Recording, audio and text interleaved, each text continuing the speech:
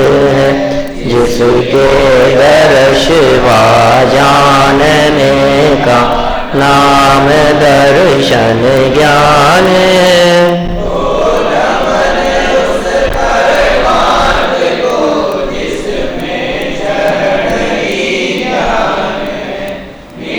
आत्मा को जान कर पहचान कर जम कर अभी जो बन गए परमात्मा, पर्याय में भी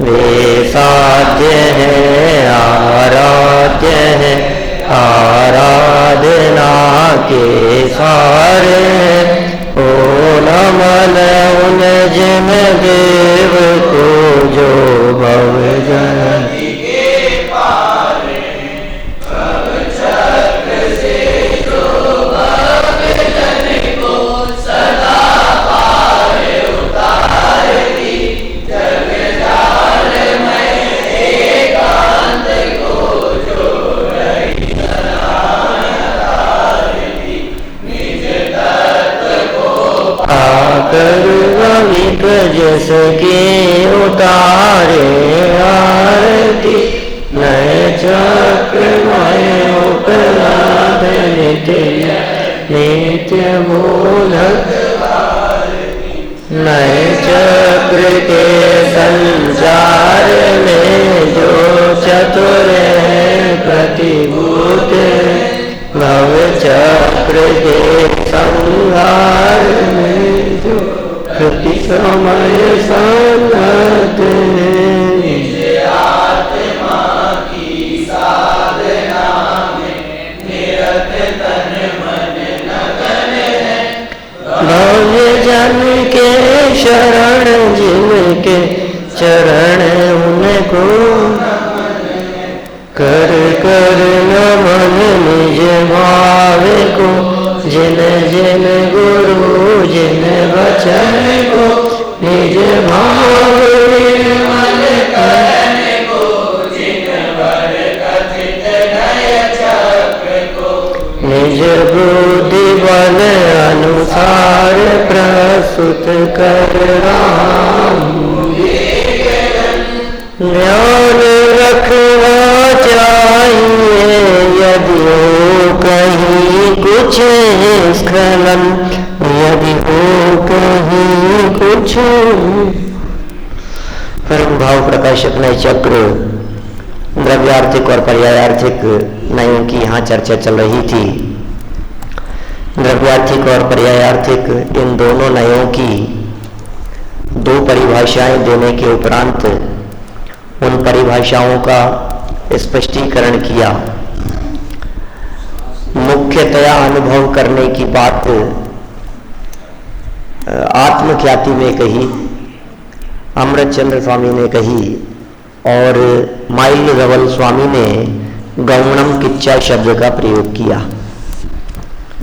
पज्य गौणम किच्चा दव्वम्पी जो विनयी लोए, सो दव्वत्थी वणियो विवरियो पज्यथी न हो।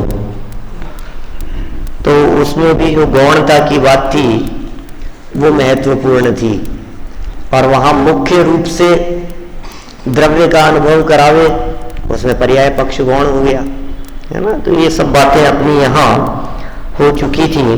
और इसके उपरांत प्रवचन सार की 114 नंबर गाथा को आधार बनाकर द्रव्यार्थिक, पर्यायार्थिक और प्रमाण का स्वरूप स्पष्ट किया जा रहा था। क्या प्रकरण आया है 114वीं गाथा की टीका में? अमृतचंद्र स्वामी ने क्या कहा है? दो महत्वपूर्ण बातें हैं। चूंकि वस्तु सामान्य विशेषात्मक है, प्रत्येक वस्तु सामान्य विशेषात्मक है, तो उनको देखने वाली दो आंखें होनी चाहिए ज्ञानियों के। एक सामान्य को देखने वाली आंख, वो द्रव्यार्थिक चक्षु कहलाएगी। एक विशेष को देखने वाली आंख, वो पर्यायार्थिक चक्षु कहलाएगी। दो चक्षु हो, और दोनों ही नेत्र जहां खुले हों वो प्रमाण दृष्टि कहलाएगी। ठीक है। अब यहां ये बतलाया गया कि विशेषों के रहने पर भी नारकपना, तिर्यंचपना, मनुष्य, देवत्व, सिद्धत्व, इन समस्त विशेषों में रहने पर भी जिसकी दृष्टि सामान्य पर है, सामान्य को देखने वाली आंख जिसकी खुली है, वो द्रव्यार्थिक नय वाला है। वो द्रव्यार्थिक नय से देख रहा है, उसके द्रव्यार्थिक चक्षु खुली है।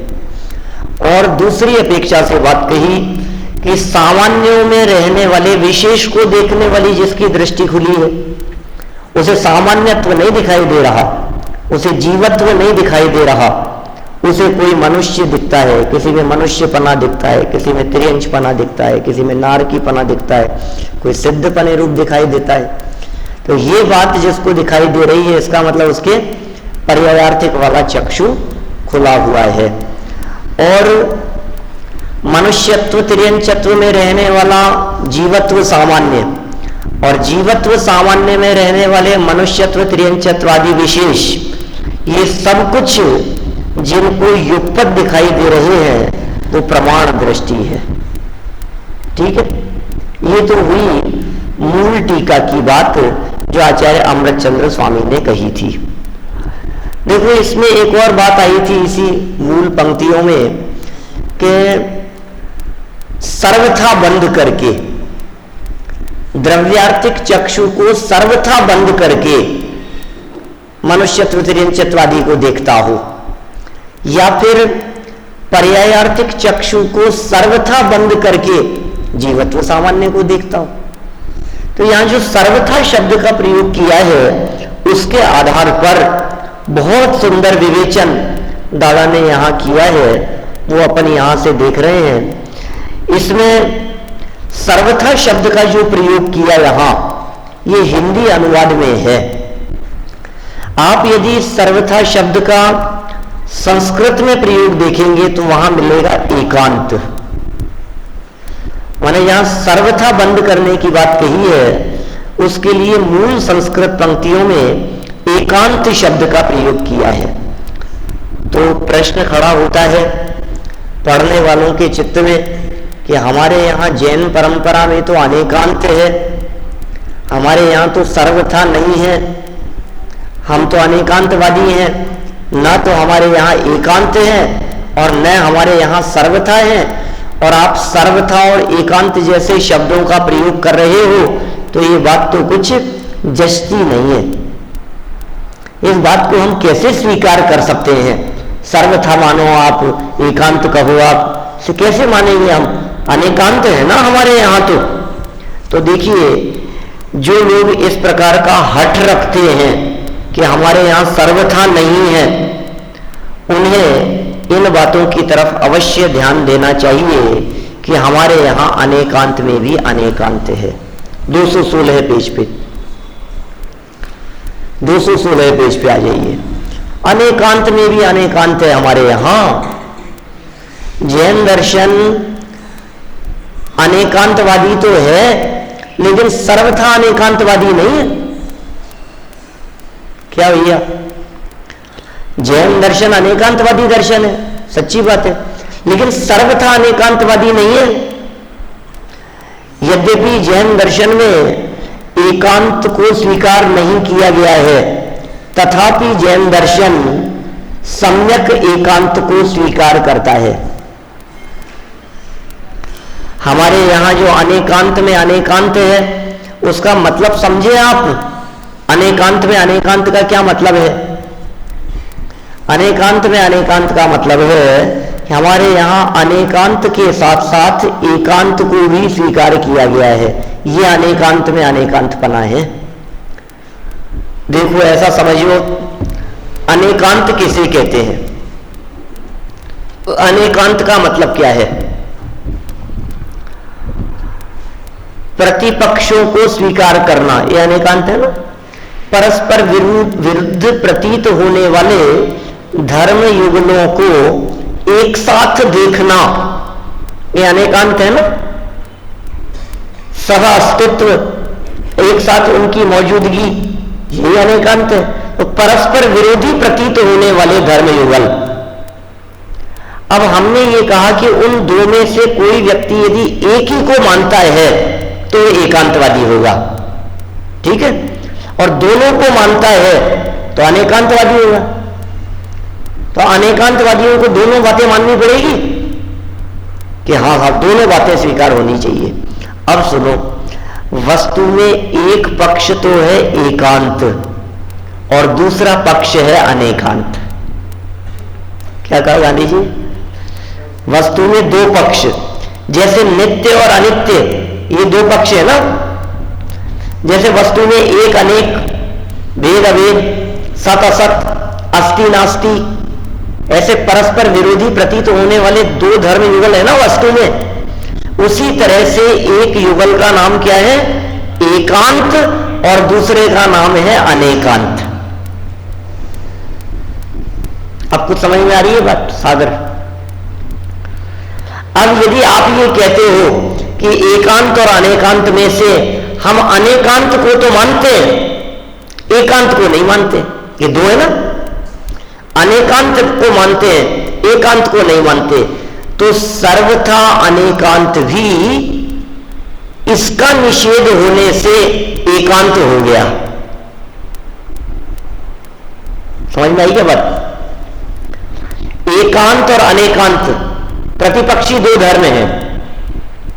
अब हमने कहा एकांत का तो सर्वथा निषेध, ठीक है, और अनेकांत को सर्वथा मानना, तो सर्वथा अनेकांत भी एकांत है, क्योंकि उसमें सम्यक एकांत का निषेध वर्तता है। तो अनेकांत में अनेकांत क्या होगा कि अनेकांत में अनेकांत तो है ही, सम्यक एकांत भी जब उसमें शामिल होगा तो वो अनेकांत का अनेकांतपना है। हमारे यहां जो अनेकांत है, देखो ऐसा समझो, अनेकांत का मतलब क्या है? अनेकांत बराबर अनेकांत प्लस सम्यक एकांत। क्या कहा पारस? अनेकांत प्लस सम्यक एकांत इक्वल टू अनेकांत। हमारे यहां अनेकांत में सम्यक एकांत भी शामिल है, बराबर? हमारे यहां अनेकांत में सम्यक एकांत भी शामिल है। अब दूसरा वाक्य कहता हूं, मिथ्या एकांत के समान हमारे यहां मिथ्या अनेकांत भी स्वीकृत नहीं है। क्या कहा? अब देखो परस्पर विरोधी बातें हो गई। अभी हम कह रहे हैं हमारे यहां जैन दर्शन में एकांत की भी स्वीकृति है, एक वाक्य, और दूसरा वाक्य हमारे यहां जैन दर्शन में मिथ्या अनेकांत भी अस्वीकृत है। क्या माने? अनेकांत भी अस्वीकृत है और एकांत भी स्वीकृत है। ये क्या उटपटांग बातें कर रहे हो आप? अनेकांत का अस्वीकार कर रहे हो और एकांत को स्वीकार कर रहे हो कि हाँ हाँ सुनो तो सही, धैर्य तो रखो। अनेकांत भी दो प्रकार का और एकांत भी दो प्रकार का, एक सम्यक एकांत और मिथ्या एकांत, सम्यक अनेकांत और मिथ्या अनेकांत। याद रहेगी बात? कौन कौन से एकांत के भेद? और मिथ्या एकांत और अनेकांत, ठीक है, सम्यक और मिथ्या के भेद से। तो जिस तरह से हमारे यहां मिथ्या एकांत स्वीकृत नहीं है, उसी तरह से मिथ्या अनेकांत की भी स्वीकृति नहीं है, और जिस तरह से हमारे यहां अनेकांत स्वीकृत है, उसी तरह से सम्यक एकांत की भी स्वीकृति है। यह बात पहले स्पष्ट की जा चुकी है नयों के सामान्य स्वरूप वाले प्रकरणों में। उनमें यह कहा था सम्यक एकांत माने होता है नय, और सम्यक अनेकांत माने होता है प्रमाण। सम्यक एकांत माने नय, सम्यक अनेकांत माने प्रमाण। अब उल्टा लगाओ, मिथ्या एकांत माने नयाभास, मिथ्या एकांत नयाभास और मिथ्या अनेकांत प्रमाणाभास। क्लियर हुई बात? सम्यक एकांत नय है। आपसे यदि ऐसा प्रश्न पूछा जाए, सम्यक एकांत नय है तो मिथ्या एकांत क्या होगा? क्या होगा आकाश? नयाभास। सम्यक एकांत यदि नय है तो मिथ्या एकांत नयाभास होगा, और सम्यक अनेकांत को यदि प्रमाण कहे तो मिथ्या अनेकांत को प्रमाणाभास। ये साहब ये नयाभास और प्रमाणाभास समझ में नहीं आई हमारे को बात कुछ। ये क्या कहना चाह रहे हैं? ये क्या नयाभास है? ये सम्यक एकांत और मिथ्या एकांत ये क्या होता है? देखो, जहां प्रतिपक्ष की स्वीकृति हो, जहां अनिराकृत प्रतिपक्ष हो, ये बात कही गई हो, वो सम्यक एकांत है, और जहां प्रतिपक्ष का निषेध है वो मिथ्या एकांत है। ठीक है? अच्छा, अनेकांत में कैसे घटित होगी ये बात? अनेकांत कैसे समझाएंगे आप? सम्यक अनेकांत और मिथ्या अनेकांत। सापेक्ष नयों का समूह वो सम्यक अनेकांत है, और निरपेक्ष नयों का समूह वो मिथ्या अनेकांत है। देखो, दुनिया में कुछ संप्रदाय ऐसे हैं जिनके बारे में आपने सुन रखा है कि ये एकांतवादी है, सर्वथा नित्य मानते हैं। सांख्य है, वेदांत है, इस तरह के बहुत सारे दर्शन है ना। जैसे बौद्ध दर्शन सर्वथा नित्य मानता है, सांख्य दर्शन सर्वथा नित्य मानता है। लेकिन कुछ दर्शन ऐसे भी हैं, जैन दर्शन के अतिरिक्त, जो नित्य भी मानते हैं और अनित्य भी मानते हैं। क्या बात कर रहे हो साहब? फिर तो अनेकांतवादी हो गए हो। मैंने क्या कहा?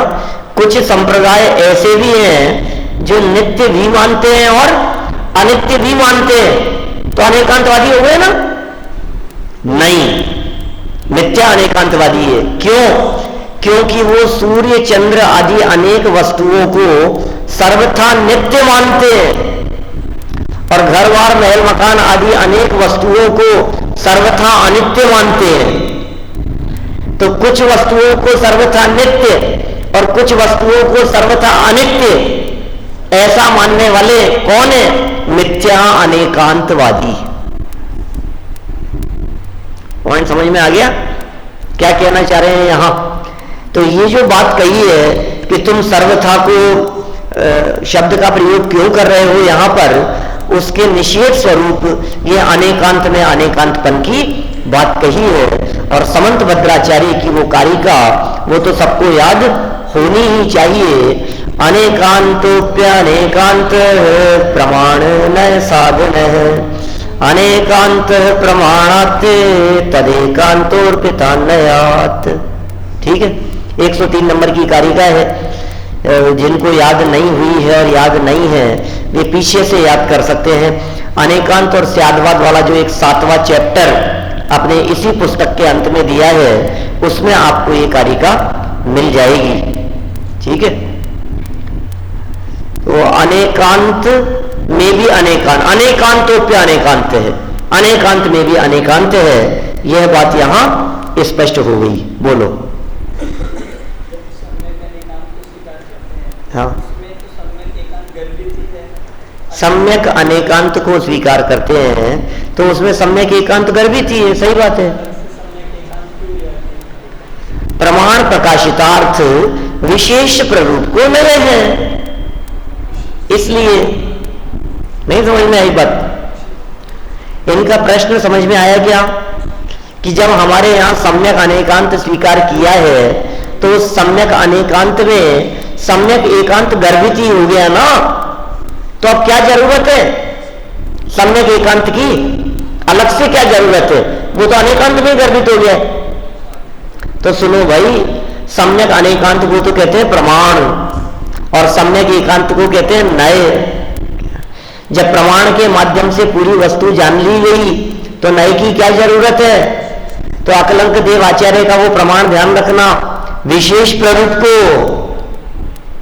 ठीक है ना। शादी के लिए जो फोटो भेजा जाना है वो फोटो आपका ग्रुप फोटो नहीं जाएगा। अरे जब ग्रुप फोटो में तुम आ ही गए तो फिर अलग से फोटो की क्या जरूरत है, ग्रुप ही भेज दो ना। कि नहीं भाई विशेष प्रारूप को, इसलिए ग्रुप फोटो में भी आप लोग क्या करते हैं, साइड में अलग फोटो लगाते हैं उस विद्यार्थी का। क्यों? वो विशेष प्रारूप को प्रमाण के माध्यम से सामान्य रूप से पूरी वस्तु को जाना गया, ठीक है ना। पूरी वस्तु ज्ञान का विषय बनी लेकिन सामान्य, लेकिन नए के माध्यम से किसी अंश विशेष को हाईलाइट किया गया। जैसे देखो डॉक्टर होते हैं ना, कितने तरह के डॉक्टर हैं, तो उनमें कुछ डॉक्टर तो ऐसे होते हैं जो सामान्य फिजिशियन होते हैं, जनरल है, वो सबका इलाज करते हैं। लेकिन आपको यदि गला दिखाना हो, आपको यदि आंखें दिखानी हो, तो ये भी डॉक्टर है ना, जनरल है। जब सारी बातें आई गई, नहीं स्पेशलिस्ट। तो नए जो है ये स्पेशलिस्ट का काम करता है। समझ में आ रही है बात? सम्यक एकांत ये किसी आत्मा के विशिष्ट धर्म को हाईलाइट करने का काम कर रहा है, ठीक है। और जो सम्यक अनेकांत है वो सामान्य रूप से एक जनरल डॉक्टर है और एक हार्ट का स्पेशलिस्ट है। बोलो क्या कहना है?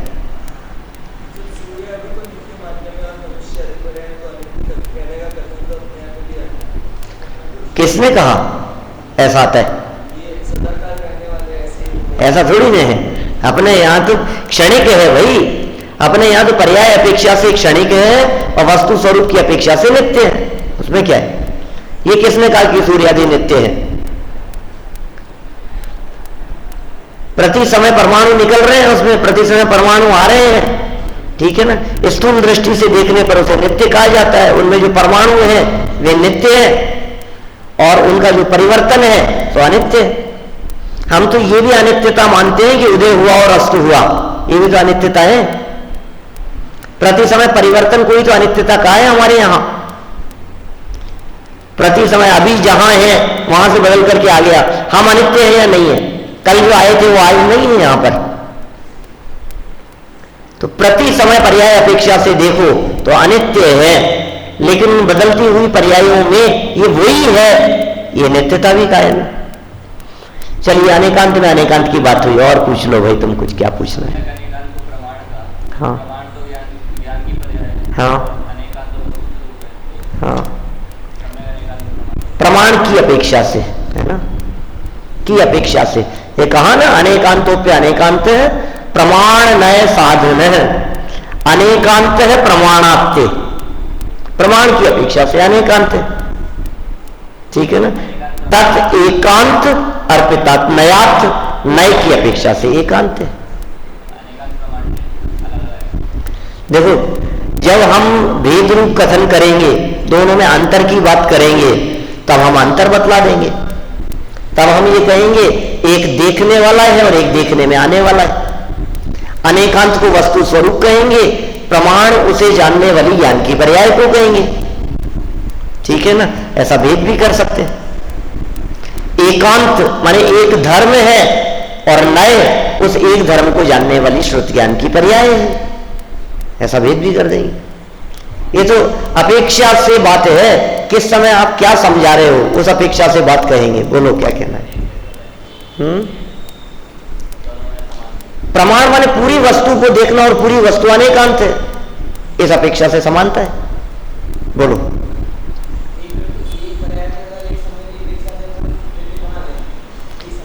एक समय की अपेक्षा से नित्यपना नहीं होता। नहीं, पर्याय तो अनित्यपना ही है। नित्यपना पर्याय में है कहां? पर्याय किसे कहते हैं? जो पर्यायार्थिक नय का विषय हो उसे पर्याय कहते हैं। पर्याय अनित्य, पर्याय अनित्य ही है। हाँ, सम्यक एकांत है। हाँ, इसको मिथ्या एकांत क्यों कहेंगे? कि ही लगाया है तो उससे मिथ्या एकांत नहीं होता। अभी चर्चा करेंगे अपन सब। अरे सत्य है, लेकिन नित्यता किसे कहते हैं? वही अगले समय हो तो नित्य कहलाएगा ना। एक समय की सत्य है वो ठीक है, बात ठीक है ना, लेकिन एक समय की सत्य होने से उसे नित्य नहीं कहा जा सकता। नित्य शब्द किसे कहते हैं? नित्य का मतलब क्या होता है, पहले ये नक्की करो। वही यही नित्य है ना। तो अगले समय नहीं है तो नित्य कैसे हुआ? पर्याय की परिभाषा क्या है? पर्यायार्थिक नय के विषय को पर्याय कहते हैं, और पर्यायार्थिक नय के विषय में नित्यता नहीं है। नित्यता तो द्रव्यार्थिक नय के विषय में है। जब जैसे ही तुमने नित्य बोला वो द्रव्यार्थिक नय का विषय हो गया, जैसे ही तुमने अनित्य बोला वो पर्यायार्थिक नय का विषय हो गया, वो पर्याय हो गई। पर्याय माने विशेष, भेद, अनित्य, अनेक, ये सब पर्याय हैं। द्रव्य माने सामान्य, अभेद, नित्य और एक, ये सब द्रव्यार्थिक नय के विषय होने से द्रव्य है। ठीक है, चलो अनेकांत में अनेकांत की ये चर्चा अपनी यहां हुई। अब यहां कुछ विशेष बात कह रहे हैं, उसी का स्पष्टीकरण। किसका स्पष्टीकरण? द्रव्यार्थिक वाली चक्षु, पर्यायार्थिक वाली चक्षु, इसका स्पष्टीकरण कर रहे हैं। बहुत सुंदर और मार्मिक बातें हैं। देखो 216 पेज पर बीच में, द्रव्यार्थिक चक्षु से देखते समय, अभी तुम्हारी ही वाली बात आएगी अभी यहां। द्रव्यार्थिक चक्षु से देखते समय पर्यायार्थिक चक्षु को सर्वथा बंद रखना है, किंचित मात्र भी खुली नहीं रखना है। जब आप द्रव्य को देख रहे हैं, जब आपको द्रव्य को देखना है, जब आपको आत्म वस्तु को देखना है, तो पर्यायार्थिक चक्षु को सर्वथा बंद रखना। यदि पर्यायार्थिक चक्षु को किंचित मात्र भी खुला रखा गया तो द्रव्यार्थिक नय का विषयभूत द्रव्य दिखाई नहीं देगा। थोड़ा बहुत भी वहां खुली रही ना तो वो नहीं दिखाई देगा आपको। इसी प्रकार पर्यायार्थिक चक्षु से देखते समय द्रव्यार्थिक चक्षु को सर्वथा बंद रखना है, किंचित मात्र भी खुली नहीं रखना है, अन्यथा पर्यायार्थिक नय की विषयभूत पर्यायें दिखाई नहीं देगी। एक नय की विषयभूत वस्तु को देखने के लिए दूसरे नय की आंख को पूरी तरह से बंद करना आवश्यक ही नहीं, अनिवार्य है।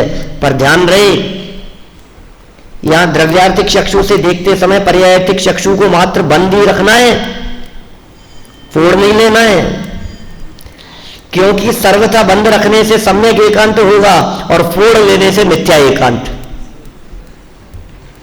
आंख फोड़ लिए या आंख बंद की है? कोई व्यक्ति इस प्रकार की बात कहे, मेरा तो काम ही लक्ष्य भेद करना है, निशाना देखना है, और जब बार बार मैं निशाना लगाता हूं तो एक आंख को बंद करना पड़ता है। यह एग्जाम्पल दिया है या नीचे दादा ने? बार बार में मेरे को आंख बंद करना पड़ता है। मेरा काम तो रत्नों को देखना है, मैं तो रत्नों का पारखी हूं। कोई व्यक्ति ऐसी बात कहे और बार बार में मुझे देखते समय एक आंख को बंद करना पड़ता है, फिर देखता हूं, फिर देखता हूं, और फिर उसको खोलना पड़ता है, फिर उसको बंद करता हूं, फिर उसको देखता हूं। ये बड़ा झंझट है ये। तो अपना काम हमेशा लाइफ टाइम यही काम करना है अपने को, तो क्या करें? इस आंख को परमानेंटली बंद कर लें, फोड़ ले गए। तो ऐसा फोड़ लेने वाला व्यक्ति, उसकी एक आंख अकेली नहीं फूटेगी, वो पूरा व्यक्ति ही काना हो जाएगा। एक आंख कानी होगी कि व्यक्ति काना होगा, और पूरा व्यक्ति काना हो जाएगा। इसी तरह से कोई व्यक्ति ये बात कहने लगे, अरे सुनो भाई सुनो, अपना तो जो प्रयोजन है ना वो आत्मा का अनुभव करना है भाई साहब। द्रव्य दृष्टि इंपॉर्टेंट बात है, पर्याय दृष्टि नहीं होनी चाहिए। तो द्रव्य दृष्टि के लिए, द्रव्य दृष्टि से देखने के लिए, द्रव्य स्वरूप को देखने के लिए बार बार पर्यायार्थिक वाले चक्षु को बंद करना पड़ता है। हमें द्रव्य देखना है, उससे अपना प्रयोजन सिद्ध होगा। द्रव्यार्थिक ने की विषयभूत वस्तु, आत्म वस्तु को देखने से ही आत्मा की अनुभूति होगी, अतीन्द्रिय आनंद आएगा, सम्यक दर्शन की प्राप्ति उसी से होती है, सब काम उसी के माध्यम से होगा। तो इसलिए एक काम करो, पर्यायार्थिक चक्षु को फोड़ दो, स्वीकार ही मत करो, तो क्या होगा? वो मिथ्या एकांतवादी हो जाएगा। इसी तरह से कोई दूसरा व्यक्ति ये बात कहे, उसको ये समझाया, भाई साहब क्या बात कर रहे हो आप, पर्यायार्थिक चक्षु को फोड़ने की बात कर रहे हो, सारा काम तो पर्याय में ही होना है। आपको जो अतीन्द्रिय आनंद आएगा वो कोई द्रव्य स्वभाव में थोड़ी ना आएगा, आपको जो आनंद आएगा वो तो पर्याय में आएगा। आनंद कहां आएगा? अरे ये बात तो मैं भूल ही गया था। तो चलो एक काम करते हैं, अपन द्रव्यार्थिक चक्षु को फोड़ दो, उसको बिल्कुल फोड़ दो, और पर्यायार्थिक चक्षु को ही काम में लो, क्योंकि सारा काम तो पर्याय में ही होना है। मिथ्या दर्शन से सम्यक दर्शन की प्राप्ति, अतीन्द्रिय आनंद की प्राप्ति, केवल ज्ञान की प्राप्ति, संसार से मोक्ष अवस्था की प्राप्ति, तो सारा काम पर्याय में ही होना है। तो द्रव्यार्थिक चक्षु को फोड़ करके कोई व्यक्ति यदि पर्यायार्थिक चक्षु से ही काम करने की बात कहे, तो हम कहेंगे भाई साहब यह भी मिथ्या एकांतवादी है। काम भले ही पर्याय में होना है, लेकिन वो द्रव्य स्वभाव के लक्ष्य से होना है। इसलिए ज्ञानी जीव, छद्मस्त ज्ञानी, वे कभी द्रव्यार्थिक नहीं की विषयभूत वस्तु को द्रव्यार्थिक चक्षु को खोलकर देखते हैं, और कभी पर्याय का आनंद लेते हुए उनके उपयोग में पर्यायार्थिक चक्षु खुली रहती है। बहुत उपयोगी है। देखो यदि द्रव्यार्थिक चक्षु खुली नहीं होगी तो गैर भगवान आत्मा नहीं दिखेगा, उस चक्षु के बिना नहीं दिखेगा। और यदि पर्यायार्थिक चक्षु होगी ही नहीं तो फिर आप किसी को रमेश सुरेश महेश आदि कह ही नहीं पाओगे। पर्यायार्थिक चक्षु यदि नहीं होगी तो कौन अनंत भगवान और कौन सिद्ध भगवान, कौन पंच परमेष्ठी, सब द्रव्य स्वभाव, सारा व्यवहार खत्म हो जाएगा। जिनेंद्र देव की पूजन भक्ति आदि सब खत्म हो जाएंगे, क्योंकि वे अरहंत परमात्मा और मैं संसारी, वे मुक्त, वे राग द्वेष से रहित वीतरागी और मैं रागी। ये कौन से चक्षु से दिखेगा? ये पर्यायार्थिक चक्षु से दिखेगा। माने देखो आप जिनेंद्र देव को देखते समय, जिनेंद्र देव के दर्शन करते समय पर्यायार्थिक चक्षु से ही देखना। यदि उन्हें द्रव्यार्थिक चक्षु से देखने का प्रयास करोगे तो भक्ति नहीं कर पाओगे, तो उनके दर्शन नहीं कर पाओगे। यदि उनको द्रव्यार्थिक चक्षु से देखा, अरे भगवान जैसे तुम हो वैसा मैं हूं, काहे को हाथ जोड़ूं तुम्हारे को, मैं क्यों आरती चढ़ाऊं तुम्हारे को। द्रव्यार्थिक चक्षु से देख, मुझे कोई अंतर ही नहीं दिखाई दे रहा है तुम्हारे में और मेरे में। अब पर्यायार्थिक चक्षु से देखोगे, नहीं नहीं तुम तीन लोग के नाथ हो प्रभु, क्या मैं संसारी हूं, हाँ तुम जैसी अवस्था की प्राप्ति मुझे भी करनी है, ये बात पर्याय वाली चक्षु से दिखेगी। तो पर्यायार्थिक चक्षु के बिना भक्ति संभव नहीं है। ऐसे प्रयोग हम भी तो करते हैं। दुकानदार जब दुकान पर बैठता है तो दुकान पर बैठ करके ग्राहकों को किस दृष्टि से देखता है? द्रव्यार्थिक चक्षु से। द्रव्यार्थिक चक्षु से मतलब ग्राहक मात्र और कुछ नहीं। हिंदू है या मुसलमान है, बीजेपी वाला है या कांग्रेस वाला है, बालक है या बूढ़ा है, स्त्री है या पुरुष है, ऐसा देखता है वो। उसे तो एक ही दृष्टि दिखाई देती है कि ये मेरा ग्राहक है, बस। ग्राहक के अलावा यदि उसे और कुछ दिखाई देवे तो बिजनेस नहीं कर पाएगा। नहीं नहीं ये तो कांग्रेसी है, मैं तो इसको नहीं सामान बेचूंगा, क्या ये तो बीजेपी वाला है, मैं इसको सामान नहीं दूंगा, ऐसा ऐसा होगा? उसे क्या दिख रहा है? उसे वो बीजेपी कांग्रेसी नहीं दिखाई दे रहा, उसे हिंदू मुसलमान नहीं दिखाई दे रहा, उसे युवा या वृद्ध नहीं दिखाई दे रहा, उसे स्त्री पुरुष नहीं दिखता है। दुकानदार को दुकान पर बैठे हुए उसे कौन दिख रहा है? ग्राहक मात्र दिखाई दे रहा है। ऐसी नहीं होती है दृष्टि। अब हम आपसे पूछते हैं क्यों? जो भी ग्राहक आएगा वो हिंदू मुसलमान में से कुछ तो होगा, वो स्त्री पुरुष में से कुछ तो होगा, तो फिर नहीं देखो कोई प्रयोजन नहीं है उस दृष्टि से। सारे काम इसी तरह से सारे जगत में ऐसा होता है। डॉक्टर इलाज करते समय देखता है ऐसा कि ये पैसे वाला है कि गरीब है, पैसे वाला है या गरीब है, कोई भी हो, वो सारी दृष्टियां देखने की बंद है सिर्फ एक ही दृष्टि ओपन है। कौन सी दृष्टि? रोग देखने वाली दृष्टि, तो इलाज कर पाएगा, और कुछ नहीं देखना चाहिए। ऐसे ही ज्ञानियों के कौन सी दृष्टि मुख्य होनी चाहिए और कौन सी दृष्टि गौण होनी चाहिए, उसकी इन्होंने यहां बात कही है। देखिए आप पेज नंबर 217 पर, यद्यपि ये बातें मैंने बतला दी है आपको, फिर भी मैं यहां से पढ़ देता हूं, सुन लो। इसी प्रकार बिगाड़ सुधार तो पर्याय में ही होना है, अतः उसे ही सुधारना है, संभालना है, इसलिए उसे ही देखते जानते रहना है। सारा काम तो इसी में होना है। क्या पूछना है बोलो?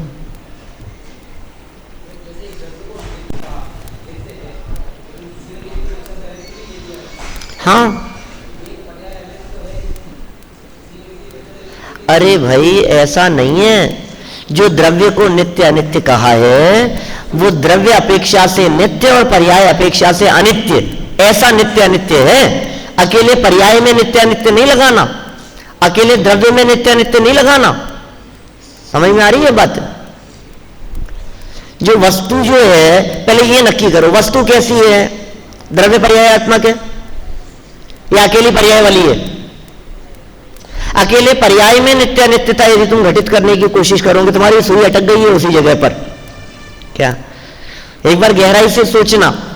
अकेले पर्याय में नित्य अनित्यपना घटित करोगे तो नित्य अनित्यात्मक वस्तु होने का प्रसंग प्राप्त होगा उस पर्याय को। उस पर्याय को द्रव्य होने का प्रसंग उपस्थित हो जाएगा। वो अकेली पर्याय प्रमाण का विषयभूत बन जाएगी। नहीं समझ रहे हो क्या? तो एक समय का सत्य जो कहा है वो क्रमबद्ध की अपेक्षा से कहा है। एक समय का सत्य जो कहा है उसे अपने समय से खिसका नहीं सकते, इस अपेक्षा से सत्य कहा है। अपेक्षा समझनी पड़ेगी तुम्हारे को। अरे एक समय के आगे रहेगी नहीं ना वो, इसलिए अनित्य है ना। नहीं समझे तुम? पर्याय उत्पादव्य वाली है, पर्याय ध्रुव है। उत्पादव्य ध्रुव कहते हैं तो अकेला पर्याय ही उत्पादव्य ध्रुव घटित करो, उसमें द्रव्य को नहीं देखो। द्रव्य अपेक्षा से वस्तु ध्रुव है और पर्याय अपेक्षा से वस्तु उत्पादव्य वाली है, सीधी सी बात है। वो क्रमबद्ध की अपेक्षा से जो बात कही गई है वो स्व समय की इसलिए कहा है। स्व समय की होते हुए भी अगले समय नहीं है, इसलिए अनित्य है। अगले समय में रहेगी नहीं ना वो। कहां है नित्य बताओ मेरे को? वो बैठी है अभी आत्मा में। पर्याय बैठी रहती है क्या आत्मा में? पर्याय कहते किसको हैं? अवस्था को कहते हैं ना। अवस्था को ही तो पर्याय कह रहे हैं। अच्छा हम आपसे पूछ रहे हैं, तुम्हारी बाल्य अवस्था वो वर्तमान में है या नहीं है? उस बाल्य अवस्था को किसी अपेक्षा से सत्य कहो ना। कैसे कहे? है ही नहीं वो। अभी कहां है तुम्हारे में बाल्य अवस्था? इसलिए अभी वो जो क्रमबद्ध पर्याय के अंतर्गत तीनों कालों की पर्याय स्व समय की सत्य है, उस अपेक्षा जो उनको कहा सत्य कहा जाता है वो अलग मैटर है। उसको यहां मत मिलाओ। दो चीजों को आपस में मिलाओगे तो दोनों का स्वाद नहीं आएगा। क्या? वो उस समय है ना। अरे तुम समझ ही नहीं रहे हो। इतना सा कंसेप्ट तुम्हारे समझ में नहीं आ रही। गहराई से विचार करना इसके बारे में, फिर नहीं समझ में आए तो और पूछना। औरों की समझ में आई कि नहीं? सबके समझ में आ गया, अकेले तुम्हारे समझ में नहीं आ रही है। अब क्या करें? बोलो क्या कहना है गांधी जी?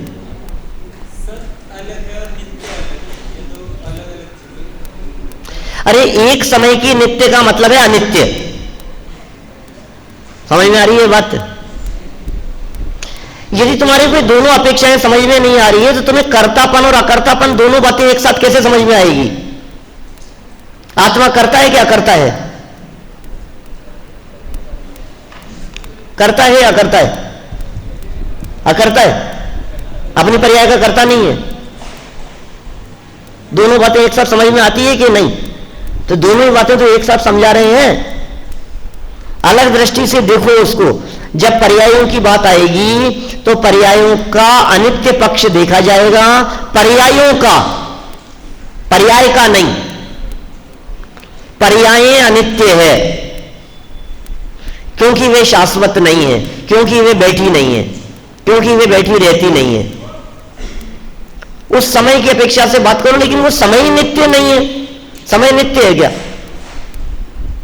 उस समय की सत्य, लेकिन वो समय ही नित्य नहीं है ना।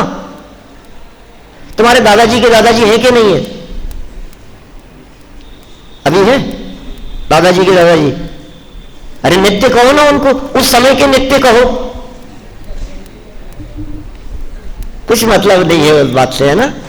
चलो अभी इसमें क्या है, नया प्रकरण नीचे जो शुरू हो रहा है ना, इस प्रकरण में सर्वथा शब्द का स्पष्टीकरण कर रहे हैं। हमारे यहाँ जैन दर्शन में सर्वथा, एकांत ही, ऐसे शब्दों का कहीं कहीं प्रयोग किया गया है।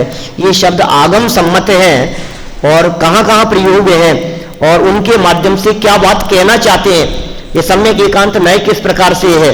सर्वथा, सर्व, सर्वथा, सर्वदा, सर्वत्र, सर्व, सर्वत्र, सर्वदा और सर्वथा, इन शब्दों के माध्यम से उन बातों का स्पष्टीकरण है। इस विषय को फिर अपन आगे बढ़ाएंगे। अभी यहीं विराम देते हैं।